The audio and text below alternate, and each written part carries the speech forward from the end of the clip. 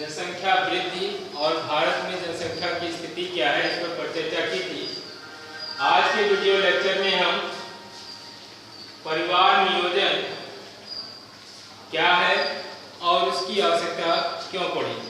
भारत जैसे देश में परिवार नियोजन की आवश्यकता क्यों पड़ी, क्योंकि आज़ादी के बाद का जो इतिहास हम लोगों ने देखा था कि किस तरीके से ट्रेमेंडस रेट से बहुत तेजी के साथ फैमिली की साइज में वृद्धि हुई।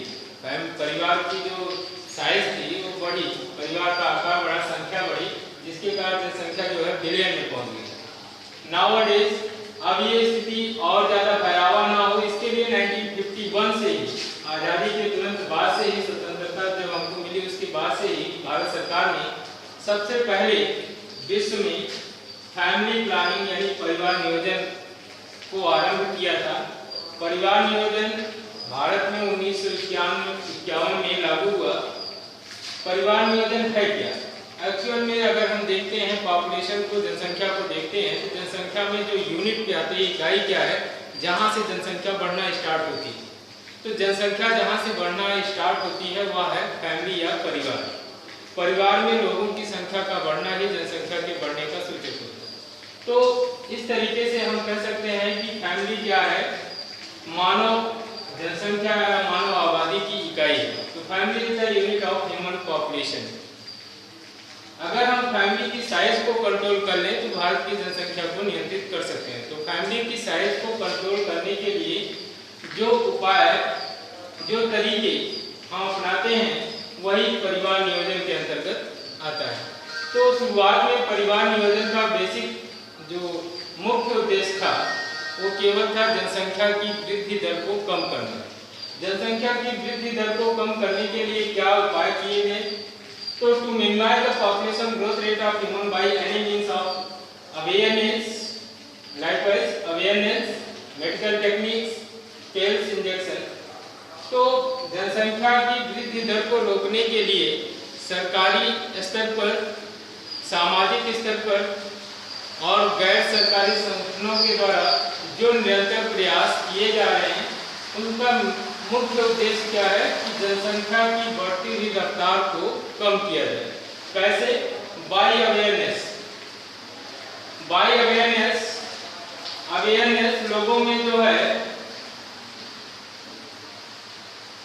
लोगों में जागरूकता फैला करके लोगों को परिवार के साइज के बढ़ने के क्या दुष्परिणाम होंगे उससे उनको जागरूक किया जाए, और अगर परिवार की साइज जो है लिमिट में रहती है तो उससे उनको क्या फायदे होंगे, क्या उनको लाभ होगा, इसका जो है अगर उनका भान हो जाए, इसका ज्ञान उनको हो जाए तो शायद वो परिवार नियोजन की कॉन्सेप्ट को आगे बढ़ा सकते हैं और अपनी जनसंख्या को नियंत्रित कर सकते हैं। दूसरा है कि अगर अवेयरनेस नहीं आती है, लोगों में जागरूकता उतनी नहीं फैलती है, तो दूसरा है कि कुछ मेडिकल टेक्निक्स लोगों को जो है चिकित्सा में इस तरीके की कुछ तकनीकी आ गई है, कुछ टेक्नोलॉजी का विकास हुआ है जिसके माध्यम से परिवार नियोजन को गवर्नमेंट इम्प्लीमेंट करा सकती है, लागू कर सकती है, और परिवार नियोजन के ऐसे उपायों को जैसे प्रॉपर्टी है, नसबंदी है, नलबंदी है, इन सभी विधियों का उपयोग करके भी गवर्नमेंट के द्वारा बाय फोर्स क्या किया जा सकता है, चाहे उनको जागरूक करके, चाहे उन पर दबाव बना करके उनका जनसंख्या वृद्धि में जो रोल है उसको कम किया जा सकता है। तीसरा है पिल्स, कि कोई भी दंपति जब तक चाहे संतान न चाहे तब तक वो पिल्स, एंटी प्रेगनेंसी पिल्स, गर्भ निरोधक दवाइयों का उपयोग करके भी गर्भ धारण को रोका जा सकता है, जिससे जनसंख्या की रफ्तार को कम किया जा सकता है। आज की डेट में कुछ हार्मोनल इंजेक्शन आ गए हैं जिनके द्वारा जो है इन इंजेक्शन के माध्यम से भी गर्भ धारण को रोका जा सकता है, और इस तरीके से जनसंख्या की जो रेट, बढ़ने की रेट है, पॉपुलेशन ग्रोथ रेट, उसको चेक किया जा सकता है। तो फैमिली प्लानिंग का मुख्य उद्देश्य क्या है? फैमिली प्लानिंग की हम लोगों को आवश्यकता क्यों पड़ी? क्योंकि जिस रेट से ग्रोथ हो रही है मानव आबादी की, उस रेट से लैंड एरिया नहीं बढ़ना। लैंड एरिया फिक्स है, पॉपुलेशन ग्रोथ ट्रेमेंडस है। ऐसे रेट में दोनों के बीच में एडजस्टमेंट या सामंजस्य बना पाना बहुत ही जटिल समस्या है। और इस समस्या में क्योंकि हमारे पास लैंड एरिया नहीं बढ़ रहा है, तो पॉपुलेशन रेट अगर बढ़ेगा तो लोगों को जो बेसिक नीड्स है उसके लिए समस्या होगी, जिसके आधार पर एक ओल्ड एज में जो है काफी एक पुरानी फिल्म है रोटी कपड़ा और मकान, जो बेसिक 3 नीड्स हैं। क्योंकि मानव एक सांस्कृतिक प्राणी है, कल्चरल, तो जहाँ कल्चर है वहाँ पर उसे कपड़े की आवश्यकता है। बाकी एनिमल में ऐसा कुछ नहीं है, उनको कपड़े की आवश्यकता तो नहीं बल दिया गया, लेकिन यहाँ बिना कपड़े के कोई ह्यूमन रह नहीं सकता, तो कपड़ा उनकी बेसिक नीड में भी शामिल है। साथ ही भोजन, जिसके बिना जिंदा नहीं रह सकते, वह एक दूसरे को खाने के लिए जो उत्पादन होना चाहिए अन्न का, वह भी पूरा पर्याप्त नहीं मिल पाएगा, जिससे कुपोषण की समस्या होगी। और तीसरा जो है मकान, रहने के लिए उनको आवास चाहिए।